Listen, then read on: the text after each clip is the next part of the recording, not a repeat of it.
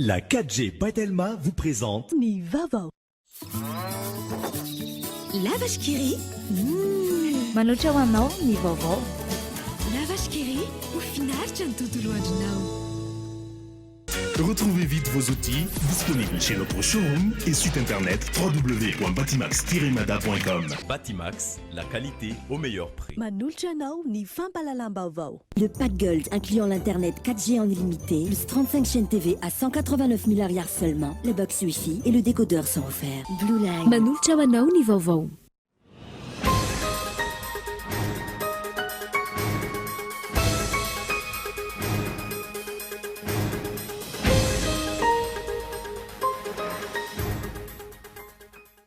Raha andro mialohan'ny sokafan'ny andiany fafito amin'ny fivorim-be iraisam-pirenena ao Tokyo ho amin'ny fampandrosoana Afrika na TICAD 7 efa tonga any an-toerana ny délégation malagasy tarihan'ny filohan'ny République Andry Rajoelina mivady. Nisy avy hatrany ny fihaonan'ny filoha malagasy tamin'ireo tompon'andraikitra ambony japonais. Tany Tomasina nanokafana tamin'ny fomba ofisialy maraina teo ny fanadinana CPE ary minisitra tompon'andraikitra no nanatanteraka izany. Napetraka androany ny guichet unique des marchés publics Etsetsahavoly ny ministerany asa vavety no anombohana androana amin'izany. Fantatra mantsy fa ny 200 ny tsena maro-panjakana no nahitana tsy fahatombanana ny taona 14 sy 17 naombony dia n'ireo délégation malagasy niady dia ahafahantsika mampiasa ireo tahiry azo sarobidy. Vonina ny CITES anome tantsoroka antsika amin'ny fandanterana ny pekady apetraka amin'izany. Maresaka iraisam-pirenena dia mitohy hatrany firehetana ao Amazonia. Manoloan'izany nanolotra $10 andefasana fiaramanidina mpamono hafa ny G7 fa nilavin'ny filoha breziliana Jair Bolsonaro izany. Gazety avy hatrany.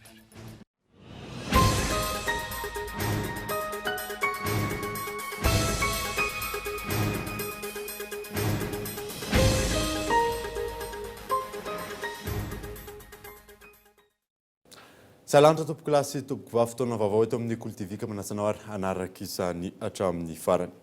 Nanombotsika ny vaovao dia iray andro mialohan'ny sokafan'ny andiany fafito amin'ny fivorim-be iraisam-pirenena izay atao any Tokyo ho fampandrosoana ny Afrika na TICAD 7 efa tonga any an-toeran'ny délégation malagasy tarihan'ny filohan'ny République Andry Rajoelina mivady. Nisy avy hatrany ny fihaonan'ny filoha malagasy tamin'ireo tompon'andraikitra ambony japonais Rarsona Andro. Androany talata fa 17 aogositra 2022 dia niona tamin'ny filohan'ny JICA, agence japonaise de coopération internationale sy ny filohan'ny JETRO, Nobuhiko Sasaki, Japan External Trade Organization na ny vondrona japonais momba ny fifandraisana ara-barotra ny filoha Rajoelina Andry. Ny tetikasa fantarina ny serana samby ny Toamasina, ny sehatry ny fambolena ary ny fanabeazana ny tena ny fantohan'ny fiara-miasa eo amin'ny JICA sy Madagasikara. Tsy hijanona hatreo io fiara-miasa io fa azo velarina amin'ny sehatra hafa, azo ataony manitatra izany amin'ny sehatry ny angofo sy ny tetikasa fampandrosoana hafa, araka ny nambarany Dr Shinachi Kitaoka, filohan'ny TICAD androany tao Yokohama Japon, nandritry ny fihaonany tamin'ny filoha Rajoelina Andry. Ankoatr'izay dia nilaza izy fa manana fandarana satsara i Madagasikara amin'ny fampandrosoana. Taorian'ny fihaonana tamin'ny JICA dia ny ekipan'ny filohan'ny vondrona japonais momba ny fifandraisana ara-barotra na ny JETRO indray no nihaona tamin'ny filoha malagasy ireo délégation notariany. Ny JETRO izay mitovy amin'ny EDBM na ny Economic Development Board of Madagascar. Tanjon'ny fihaonana tamin'ny JETRO androany ny hijerena ny fomba ahafahana mampiroborobo ny fifandraisana ara-barotra misy eo amin'ny Japon sy Madagasikara. Sehatry ny angofo sy ny agribusiness no tena mahasarika ny japonais amin'ny Madagasikara raha toka ny fikarohana lalam-barotra amin'ny sehatry ny lavanila sy ny sokola no manintona antsika malagasy. Ankoatry ny nickel sy ny cobalt izay akora fototra fanankalozan'ny Madagasikara amin'ny Japon amin'ny alalan'ny ambadovy. Vita sy ny teto Japon androany ihany koa ny fifanaraha-piara-miasa teo amin'ny Jetro sy ny EDBM ahafahan'ny mpandraraha malagasy mitrandraka tsena any Japon sy ahafahan'ny mpandraraha japonais mampivelatra ny tontolon'ny fampiasam-bola aty Madagasikara, hoy ny Tale Général ny EDBM Ravalomanda Andry, isan'ireo délégationna malagasy miara-dia amin'ny filoha Rajoelina Andry any Japon. Tontolon'ny fampianarana dia tany Tomasina nanokafana tamin'ny fomba ofisialy ny maraina teo ny fanadinana CPE ary ny minitra tompona andraikitra no nanatanteraka izany fanadina. Tany amin'ny Siskony Tomasina voalohany no nitsidia ny ministry ny fanabeazam-pirenena, ny fampianarana teknika sy ny fampiofanana arak'asa ny andro androany izay natanterana ny fanadinam-panjakana CPE. Tamin'ny fitora latsaka fefany maraina no nigadona teny amin'ny CEG Ratsimilao ny ministra tompona andraikitra sy ireo mpiaradi taminy. Nanatanteraka ny fanokafana ny sobika misy ireo laza adany ary nanatanteraka ny fanomboana ofisialy ny fanadinana CPE. Nisy ihany koa ireo toromarika nomena. Taorian'izay nizotra nijery ireo ivotoerana anangonana sy anambarana ny notin'ny mpianatra eny amin'ny CEG de référence ireo tompona andraikitra. Nizotra mpilaminana sy ara-potoana ny fanomboany ny fanadinana. Amin'ny ankapobeny ary izay ny tena hita maso eto milamina mizotra ampilaminana eto am-panomboana ny fanaovana na fanatotosana ny fanadinana CPE.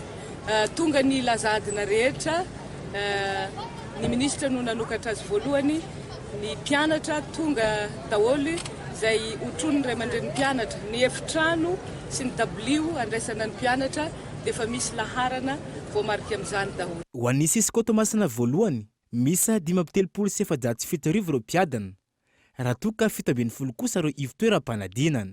8 taona ny mpiadana zandry indrindra ary 14 taona kosa ny zokiny indrindra. Ity farany izay avy amin'ny sekoly Sembana any Antoerana.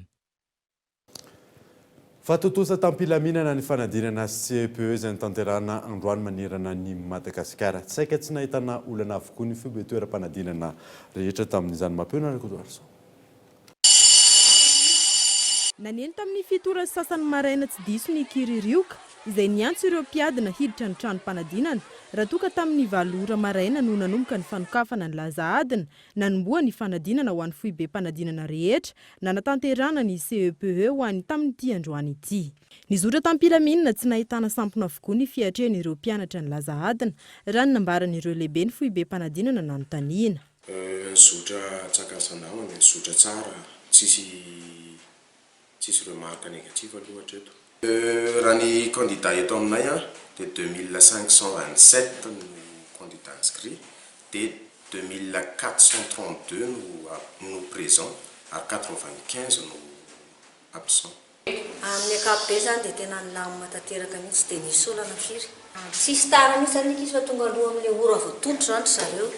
Eo vitsy sasany appel de candidat dia nanomboka tamin'ny 7 ora. Tsisy narary, izy ataona taloha nisy foana fa tsisy narary. Tany amin'ny CEG Ratsimilao any Toamasina no nanaovana ny fanokafana ofisialy ny fanomboan'ny fanadinana CPE izay natrehany ministry ny fanabeazam-pirenena.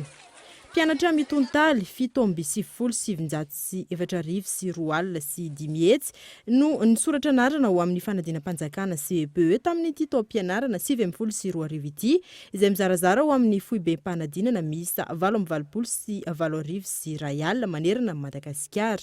Andrasana amin'ny ity farany herinandro ity nivoaka panadinana raha ny fantatra hatrany.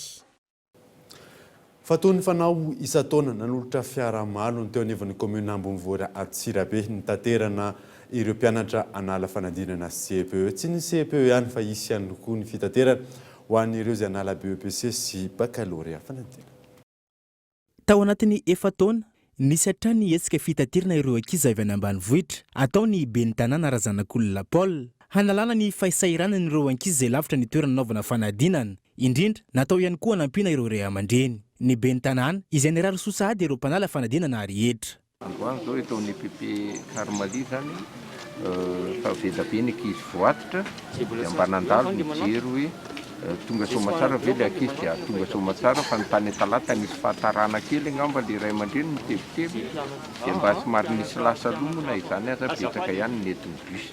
Misy koa any Tsatso, misy koa any Tsatso ary tsy zaka ary fa dia fanodiavana vahaolana zany momba ny mpianatra ny fitsahatra. Toerana maro no nisy ity fitaterana ny mpianatra ity teto amin'ny tanàna Nantsirabe, ka tao anatin'izany ny Fokotany, Mandriakenieny, Fokotany Sahatsio ary Andrekiba. Zava-dehibe amin'ireo ray aman-dren'ireo mpanala fanadinana izao hetsika atao ny ben'ny tanàna izao, ka nitondrany izy ireo teny fisaorana ho azy.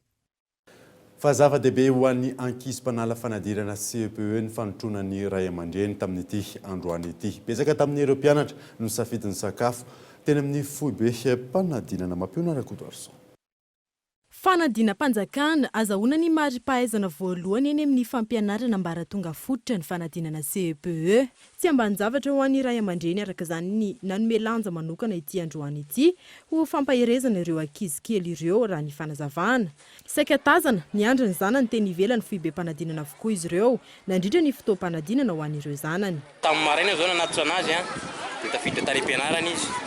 Dia amin'ny folo sasany indray zao miverina eto fa sira vehivavy zareo zao. Dia miandreto indray amin'ny heriva. Fitaitainana moa zany tsy maintsy hoe misy ihany eo maha ray aman-dreny e. Izay ny tena marina. Mba hifanezaka izy zany nanao izay azo natao dia ny examen misy mahita anazy mivalina. Zany zao tsy misy zany fitaitainana fa nanahy entiko ambavako foana zavatra. Nanahoana fahitanao ny fiomanany? Fahitako fiomanany zao aminazy fotsiny miteny aminahy dia zany mama tsy maintsy afaka zay fanantenana. Tahaka ny fahita isaky ny fotoam-panadinana tahaka izao, betsaka ireo mpianatra sy ray aman-drenin'izy ireo no misafidy ny fisakafoanana eny amin'ny foibe mpanadinana ho fisoroana ny fivezivezen'ireo mpianatra. Saika ny mpanala fanadinana no misafidy izay sakafo tiany arakaraka ny fahefan'ireo ray aman-dreny raha ny fanazavana azo hatrany. Reraka izy zany dia hoe izy mitsy no misafidy izao izy anatenana sakafo any fa tsy hody. Sakafo taty. Ohatra hoe amin'inona? Amin'ny sasa manala fanadinana. Inona no nataonareo zao? Sakafo kely, vary sy laoka ihany. Ankoatra ny sakafo atoandro anefa tsy ambanin-javatra ho an'ireo ray aman-dreny ihany koa ny nanomana toanaina ho an'ny zanany ho fanampiana azy ireo manokana tamin'ity androany ity. Ohatra hoe chocolat mifanampinampy kely hoe mampatsiro saina ohatra amin'izay. Manana kely foana izay zavatra izay. Ny taranja problème no nampanano sarotra ho an'ireo ankizy nanontaniana tao aorian'ny fahavitany fanadinana raha toa ka azoazo avokoa ny alaza adina sasany raha ny filazan'izy ireo hatrany. Teny amin'ny foibe mpanadinana Nosy Be kosa no nahitana ny zandriny indrindra sy azokiny indrindra amin'ny mpanala fanadinana CPE ato anatin'ny Cisco Antananarivo renivohitra.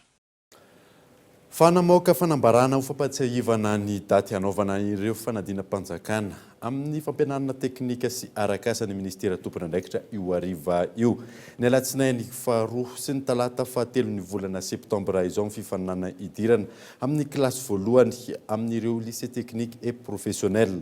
Ny alatsinainy fahasivy hatramin'ny alarobia fa 1 septambra kosa ny certificat de fin d'apprentissage. Ny alatsinainy fa 4 hatramin'ny alakamisy fa 7 septambra ny brevet d'études professionnelles ary ny alatsinainy fa 13 hatramin'ny alakamisy fa 14 septambra ny certificat d'aptitude professionnelle.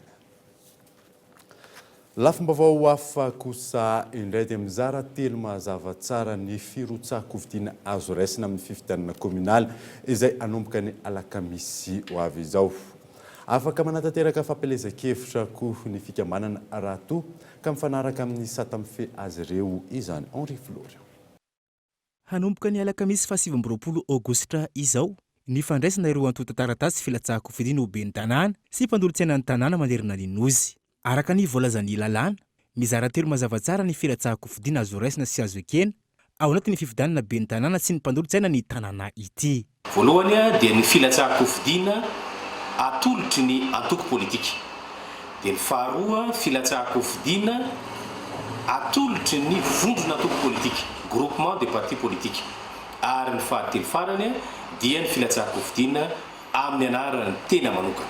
Io zany ilay antsoina hoe candidature indépendante.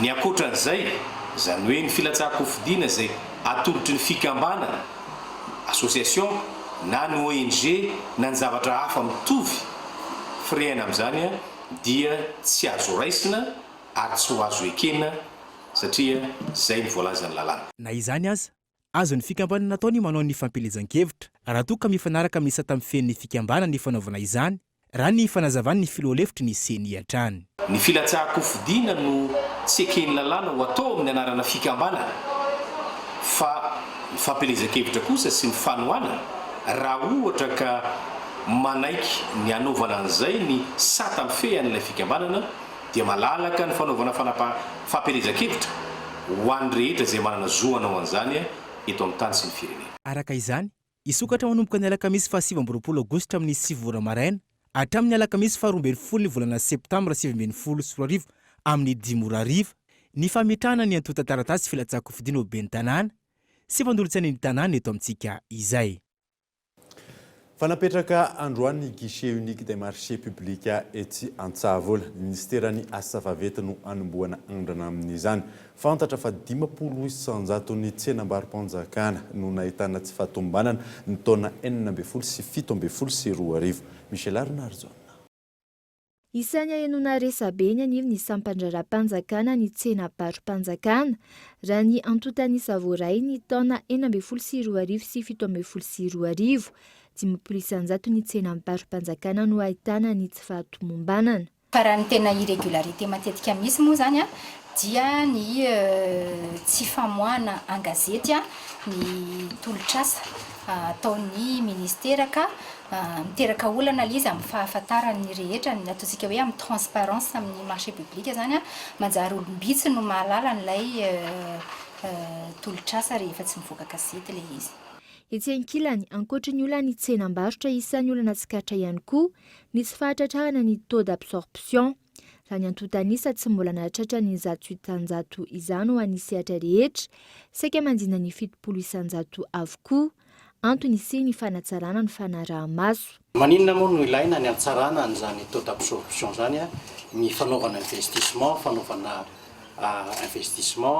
ho an'ny paitokarena dia zany no afahana manatratra ny mampitombo kokoa ny ahavon'ny toekarena antsika na koa hoe miaméliorer ny taux de croissance ka important be zany ny anaovana ny hoe fanatsarana ny fanaovana ny exécution na taux d'absorption ny PIB satria misy impact zany misy fiatraikany zany any amin'ny taux de croissance économique an'ity firenena ity ary indrindrandrindra tsy zay tanjona hoe taux de croissance économique zay resahana zay fa ny tena tanjona amin'izao fotoana izao dia mba hoe misy fiatraikany any amin'ny vahoaka ny zavatra rehetrarehetra atao isan'izany ny fanafainganana ny programam-panjakana amin'ny ankapobeny. Taoriany baiko nomeny ny filohan'ny repoblika amin'ny fanafainganana sy ny fanovana ny fomba fiasa eny anivon'ny sampandraram-panjakana napetraka androany ny guichet unique des marchés publics etsy Antsavola.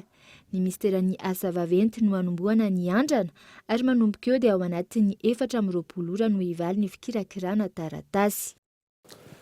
Fanokatra fanadadiana manoloana ny tranga na haravana tambazotra Jolahy ny zoma 17 ny volana aogositra lasa teo ny foibe mpitantanana ny ministerany filaminam-bahoaka ino ny songadina anatin'ny fanambarana izay navoakan'izy ireo tamin'ity androany ity Yves Richard. Manoloana ny raharaha haravana tambazotra Jolahy ny zoma 17 ny volana aogositra lasa teo izay nanakanana ny fanafiana nokasaina Jolahy ho tanterahana teny Antsahamanitra. Namoaka fanambarana mitondra fanazavana sy ny fepetra ho raisina amin'ny fanandrify amin'izany ny polisy pirenena androany. Isan'ny FDB tapaka anatin'izany ny fanokafan'ny foibe mpitantanana ny ministerany filaminam-bahoaka fanadiadiana manokana momba ny zavan-tranga. Misongadina anatin'ity fanambarana navoaka ny fianakaviam-be ny polisy pirenena ity ihany koa ankilany fa miroso ny asa fampandriana fahalemana araka ny targetra ny fiarovana ny vahoaka sy ny fananany ao anatin'ny fanajana ny lalàna velona eto amin'ny firenena. Nivoatra ihany koa fa mitony ezaka samihafa nadiovana sy hanatsarana ny departemanta ny filaminam-bahoaka izay antsoina ny fiarah-mienta ny olo-pirenena tsy hankanavaka araka ny fanamby hatrany polisy natao hiasa sy aro ary anakaiky ny vahoaka. Toka tamin'ny fotoana ny dokavarotra isika orinan'izay ny atatsika mahakasika ny orohorotany izay niseho tany Soavinandriana. Feo ihany koa ny fanomezan-draza nataon'ny orinasa Blue Line rehefa avy eo.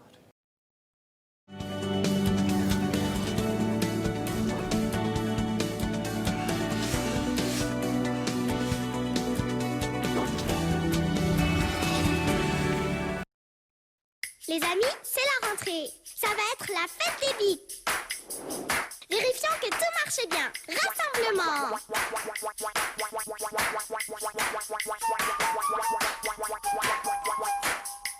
Bleu, dessine quelque chose pour voir. Oui, ça glisse bien. Et les couleurs sont chatoyantes. Eh bien, c'est parfait tout ça. Vive la rentrée avec Bic! Où trouver les bons outils pour mon garage?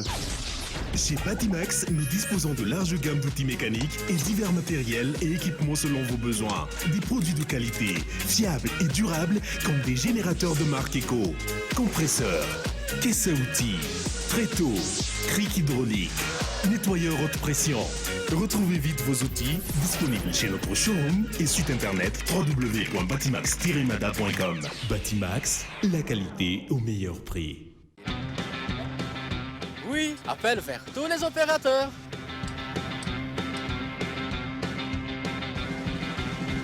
Oui, appel à l'international inclus. Oui, mes SMS, je ne les compte plus.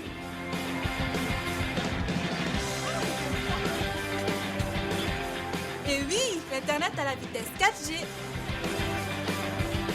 0,5 arrière par seconde vers FAF et Club First. 1 arrière vers Telma et 3 arrière vers les autres opérateurs. Vous aussi, soyez First. À partir de 10 000 arrières, First Premium. Et découvrez toute la gamme First sur www.telma.mg ou rendez-vous en Telma Shop. Telma, ça feed que numéro 1 Malagasy. La vache qui rit. صدمة تصير نما بزوتو ماليري نيس كالسيوم سي فيتامين عارفة ريان كيو مع شفافنا ريتانيرين يا كيس ايه فنان لي بيان كيو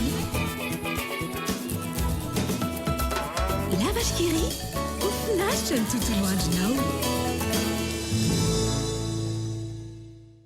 Alors, quoi de neuf, mon enfant? Rafael Nadal a encore gagné. Il fait 41 degrés à Paris et 12 degrés en tir à baie. Tu sais que les chiens peuvent détecter si tu as le paludisme en reniflant tes chaussettes. Mais comment tu sais tout ça? J'ai vu qu'on a Blue Line à la maison. Blue Line, c'est trop cool.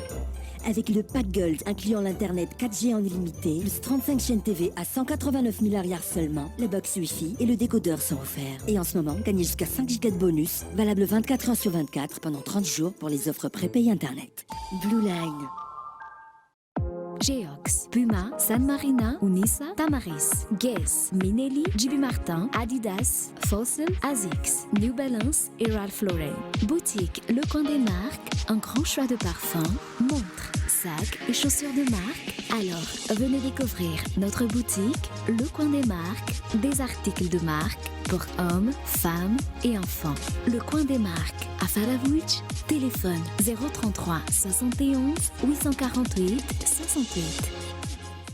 Salut! Mes copains et moi, on a un message très important pour les enfants de plus de 3 ans. Si comme nous, chaque jour, vous devez rester concentrés à l'école et garder en même temps de l'énergie tout au long de la journée, alors on a une trop bonne nouvelle. Blédina a conçu le lait Blédi Junior pour nous les enfants de 3 à 7 ans. En plus d'une alimentation saine et équilibrée, le lait Blédi Junior contribue à notre bonne croissance et à notre développement cérébral. En plus, moi j'adore. Et moi, ça me rassure que tu aies encore un lait adapté à ton âge. Lady Junior, le lait des enfants presque grands.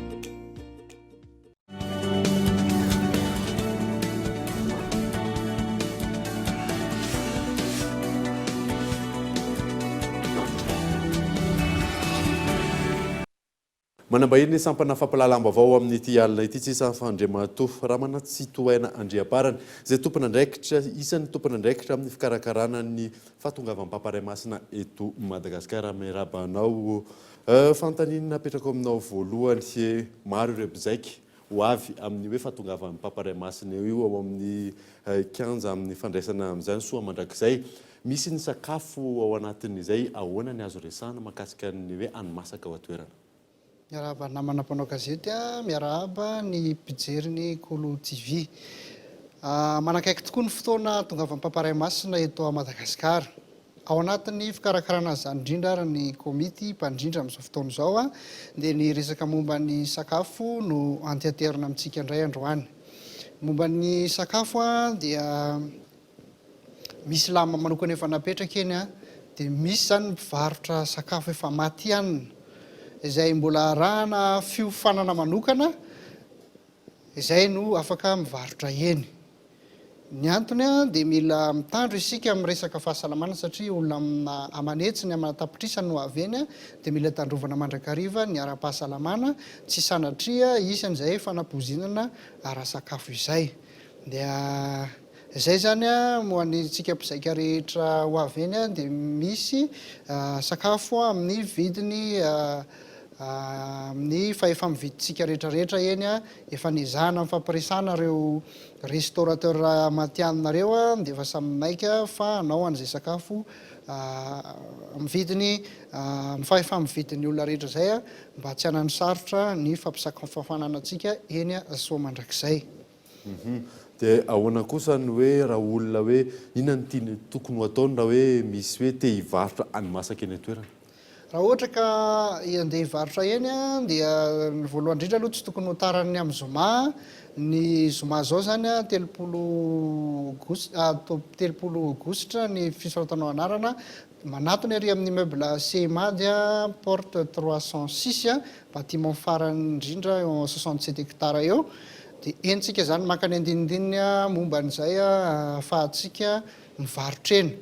Ny amin'ny zoma io koa dia efa isy sady a ny fiofanana atao an'ireo mpivarotra rehetrarehetrareo mba hitandrona mandrakariva izay a momba ny fahasalamana momba ny sakafo izay. Dia momba ny eny zany ho antsika izay mpivarotra rehetra ka mikasa ho eny nefa tsy nahazo alalana dia tsy azo itsika atao mihitsy ny mandeha eny. Ny antony a miteraka korotana ilay izy ary miteraka loto raha maro be koa isika tonga eny a dia hoenjitra mihitsy ny tompony andraikitra amin'ny fanakanana anareo eny a dia tsarotsika zany tsy mandrera-tena makentsony a fa efa misy lamina manokana eny a satria toeram-pivavahana io a dia tsy maintsy tandrovana mandrakariva toeram-pivavahana anazy a sanatria hivadika ho toeram-pivarotana. Ho an'ireo mpivarotra hoe izay kasa hoe ho any amin'ny CMA zay misy azo lazaina eto ihany ve inona ny eto hoe sivana fantatra mialoha mba hiomanana izy ireo? Ny sivana aloha zany a amin'ny ankapobeny dia olona efa mpanao an'io asa io andavanandro, mety hoe traiteur ianao, restaurant ianao, zany hoe efa mpanao an'io asa io amin'ny andavanandro fa tsy hoe olona hoe te hitady vola dia andeha ho eny fa efa manao ny asa andavanandro a. Dia misy taratasy eny a ho jerenareo ny andinindininy a takina aminareo a satria ny olona rehetra ao zany mpivarotra ao a dia identifié daholo a fantatra daholo a ary sanatria misy ny ohatra hoe misy nararikipy sanatria dia fantatra avy hatrany hoe tatso ny sakafo a tatsy amin'ny stand numéro zao a dia fantatry ny olona iny hoe le sakafo nitao zany a no tsy nety. Ary ny ministère fahasalamana miaraka amin'ny komity a dia manao contrôle tsy akijanona n'izay a fitandrona izay fahasalamana zay ny eny an-toerana manomboka ny zoma, sabotsy ary ny lahady. Mazava tsara zay fa ankasitrahana ianao nitondra an'ireo fanazavana mahakasika ny hani-masaka eny amin'ny kianja soa mandrakizay. Mahakasitraka anao mpanao gazety a mahakasitraka atsika mpijery. Zay ny amin'iny fanahomba dia ireo délégation malagasy ny ady ny ahafahantsika mampiasa ireo tahirina azo sarobidy vonina ny CITES anome tantsoroka antsika amin'ny fanatanterahana paikady apetraka amin'ny zany fanadina. Nanomboka ny alatsinainy fa 7 ny volana aogositra 2024 ny COP18 ny CITES ny Genève ary efa mamarana ireo firenena maro mpikambana ao amin'ny tivondrona ity amin'izao fotoana. Ny vohitra nandritra ny fandraisam-pitenenana izay noraisina Andriamatoa sekretera jeneraly ny MED ny vinavinan'ny Madagasikara hanomezana ireo stock ireo ho an'ny mpanao asa tanana malagasy sy ho an'ny vakoka eto Madagasikara. Vonina ihany koa i Madagasikara ny hifetanteraka ireo tahirina stock hazo sarobidy sy hampiatra ny lalàna ho an'ireo izay voaroroy nanao fitrandana tsy ara-dalàna alohan'ny erosoana amin'izay fivarotana anatiny izay. Nekeny fivorimbe ny ezaka izay ataon'i Madagasikara hiadina amin'ny fitrandrana tsy ara-dalàna ireo azo sarobidy ary nakatoavina ihany koa ny plan d'action izay natolotra ny délégation na ny solotenan'i Madagasikara tany an-toerany. Izany hoe naomby ny dian'ireo délégation ny ady ny ahafahantsika mampiasa ireo tahirina azo saribity ireo. Vonina ny sitesa ny mety anjoroka antsika amin'ny fanatanterahana izany plan d'action izany. Androany tsy ivona no nandray fitenenana farany ao anatin'ity fivorim-be ity ny delegasionna malagasy. Arak'izany, iverina eto an-tanindrazana izy ireo. Fa ambony raha oharina amin'ny horohorontany-pitranga eto Madagasikara ny seho tany Soavinandriana omaly tolakandro nahatratra 5 faingo ray tamin'ny mandrefin'ny Richter izany raha ny fanazavan'ny tompon'andraikitra avy eo anivon'ny yoga. Fanadina Henri Flore. Isan'ireo ivotoerana mijery sy manara-maso ny toe-java-misy any ambanin'ny tany ny yoga na ny Institut Observatoire Géophysique Ambohidempona. Omaly nisy ny horohoron-tany izay nahatratra 5 faingo ray tamin'ny mandrefin'ny Richter tokony ho tamin'ny 3 ora sy 5 tolakandro tany Soavinandriana izay azo lazaina fa ambony raha oharina amin'ny tranga fahita eto amintsika. Tany amin'ny faritra Soavinandriana 7 kilometatra tsy mandrefan'ny Soavinandriana izy io. Dia ny magnitudany 5.1 amin'ny mandrefy Richter. Ny zany hoe ny ambony raha ny eto amintsika aloha anisan'ny efa hoe ambony tena fa raha oharina amin'ny firendrekafa hoe mitanga matetika zany dia azo atao hoe mbola maivamaivana ihany. Dia hoe ny mahatonga azy ny faritra iny zany anisan'le faritra hoe zone sismique, faritra Itasy, mitovy amin'ny faritra Rosiany koa misy Balafosy faritra Rosiany koa. Raha mahatsikaritra koa tsika tamin'ny voalohan'ny volana juin nisy tranga mitovitovy amin'io tany amin'ny faritra iny. Ankilany, tsy ampy ny enti-manina eo anivon'ity sampana ity ka manano sarotra ny fanatanterahana ny asa ataon'izy ireo. Azo lazaina hoe tena tsisy zara raha fitanjavatra na resaka biolotika taratasy ny sisa zany dia efa manahirana. Ka maika moa fa hiditra amin'ny appareil ohatrany izay spécifique lafolafo sarotratra mety anazy afarana zany an-tafy dia anahirana. Raha zany zay hita sarotra dia hitanao raha vao misy fasimbana zany le fitaovana, le station izay midétecté le sisma any ivelana Antananarivo misy azy tsiny amanjaton'ny kilomètre any manodidina any dia satria tonga dia hita aty mantsy hoe misy tsy mandeha le fitaovana dia tonga dia araka le réjecteur tsy tokony ho tapaka mihitsy dia tonga dia iny zany ianao tonga dia maka tomobile lasa makeny dia mijery ny fahavoazana zavatra ohatr'izay. Zay zany zao misy ny olana lehibe anisan'ny olana eto amin'ny institut. Ity toeram-pianarana sy fikarohana ity izay mifamatotra amin'ny université n'Antananarivo. Ity farany izay ankalaza ny faha 30 taonany amin'ity taona 2012 ity. Fa lafim-baovao hafa kosa indray dia piasan'ny orinasa bololaina manodidina ny 30 no nandray anjara tamin'ny hetsika fanomezan-draha maimaim-poana izay niarahana tamin'ny sampan-draharaha amin'ny fitaizan-draha eo anivon'ny HGRA. Ho fandraisana anjara ny orinasa amin'ny fanampinana ny mpiarabelona mitanjona amin'izany Yves Richard. Mitony hetsika fanomezan-draha maimaim-poana fanaon'ny orinasa bololaina isan'ny taona. Piasa manodidina ny 30 no nandray anjara tamin'izany androany. Nandritra ny fandalovany kolekta mobile ny sampan-draharaha fitahirizan-draha. Tanjona ny anampina ny marary anarivo ny milizany anivony hôpitaly sy ny maro hafa. Ny antony aloha zany voalohany indrindra dia mba famonjeny aina ny mpiray-tanindrazana. Ny faharoan'izay koa dia fanamafisana hoe bololaina dia mandray anjara amin'ny action sociale izay ataon'ny société rehetrarehetra dia izay bololaina dia anisany mandray anjara an'izay. Amafisina hatrany ankilany ny fanangonan-draha maimaim-poana anivony orinasa toy izao. Hoy ny tompony andraikitry ny sampan-draharaha fitahirizan-draha anivony CRTS. Fanamby ny hanomezana antoka ny raha omena ny marary sy ho famahana ny tsy fampin-draha anivony hôpitaly manodidina ny 5 misitraka izany eto Antananarivo sy ny manodidina. Ireo zany no tena raha tokony izy tokony hiantoka zato isan-jato ny raha izay ilaina amin'ny hôpitaly sy ny tompon-tsabola rehetra eto Madagasikara ohatra ny any ivelany fa ny eto amintsika mantsy ny 20% ihany no mbola ny collecte mobile sy ny mpanome raha sitrapo no mamatsy azy fa ny sisa dia ireo le manolo raha hoe masina poche anankiray ny marary dia le fianakaviana mba mitady olona roa ny solony. Orinasa sy fikambanana manodidina ny 50 hatreto no miara-miasa amin'ny sampan-draharaha fitahirizan-draha anivony HGRA hanaovana ny fanangonan-draha maimaim-poana.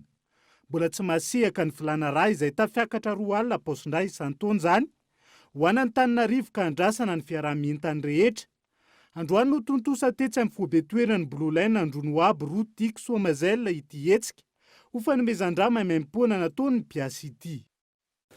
Fa eo amin'ny laharana fafito isika tafiditra ao anatin'ny top 10 ny misy an'i Madagasikara nandritra ny lalao afrikanina izay nitanterahana tany Maroc. Ry zareo Egyptiana ny lahara voalohany ary Afrika Atsimo kosa ny laharana faharoa. Any an-toerana maro zao. Miditra eo amin'ny andro faharoa ny fifananana eo amin'ny fibatana fonjam-by ho antsika eto Madagasikara izay andraisan'ireo firenena marobe amin'ity andian'ny 12 amin'ny lalao afrikanina izay totsana aty Rabat Maroc ity. Ny kategoria latsaky ny 12 kilao Andriatsy Toaina Erika Herman RC 550 kilao et Paul GT 50 kilao. Ny fitambaran'izay na me 520 sy roanjato total olympique nazahoana alimo iray ihany koa.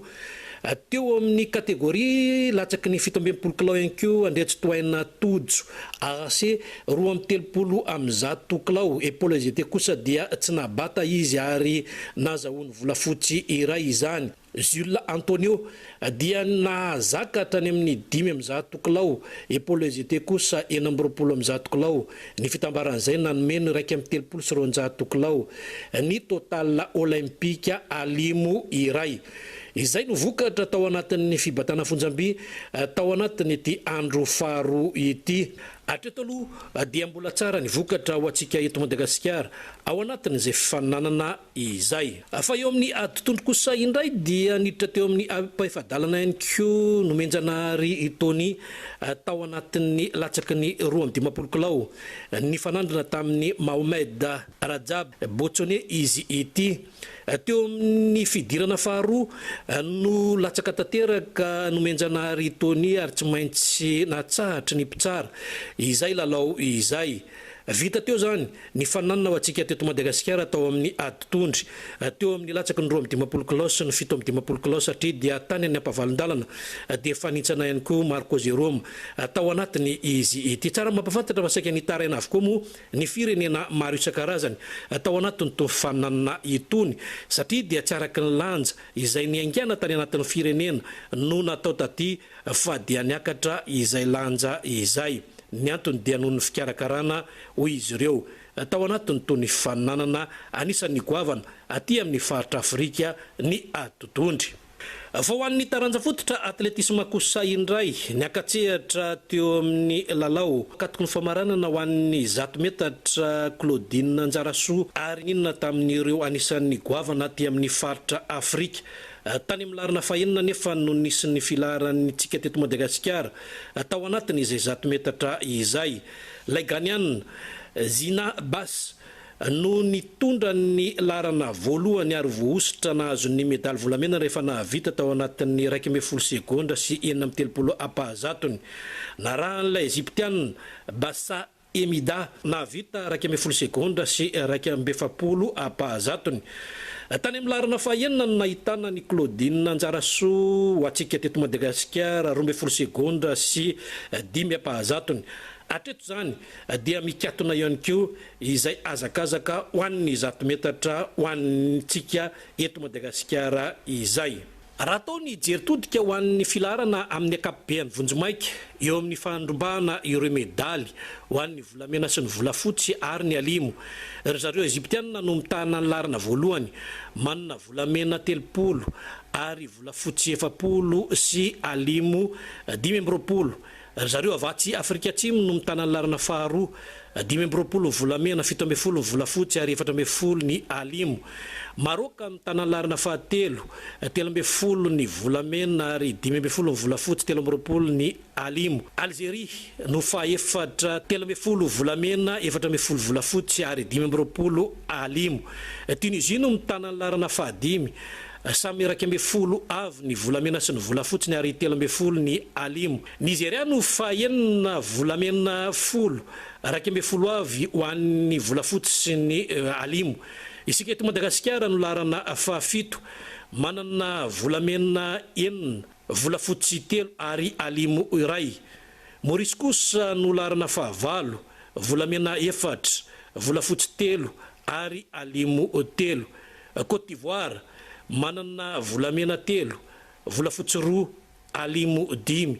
Ary Kenya larana 10, volamena sy volafotsy 2 avy ary ny alimo iray. Reo la antsona hoe top 10 ao anatin'ny fifaninanana aty amin'ny faritra Afrika ao anatin'izay andiany 12 izay. Dia zay mamana vaovao tamin'ity alina ity, ankasitrany ianao nanaraka izany soava tsara atolto.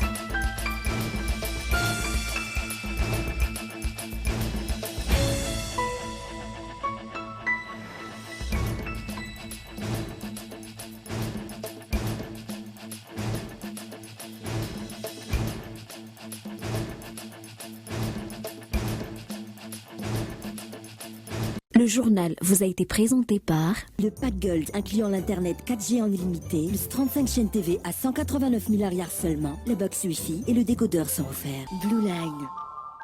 Les groupes électrogènes CGM 100% italien avec moteur original. Puissance à partir de 10 kVA. Garantie 1 an. SAV de qualité. Fini les coupures. Soyez autonome. Batimax, la qualité au meilleur prix. Nanultra teo ny fampalalam-baovao.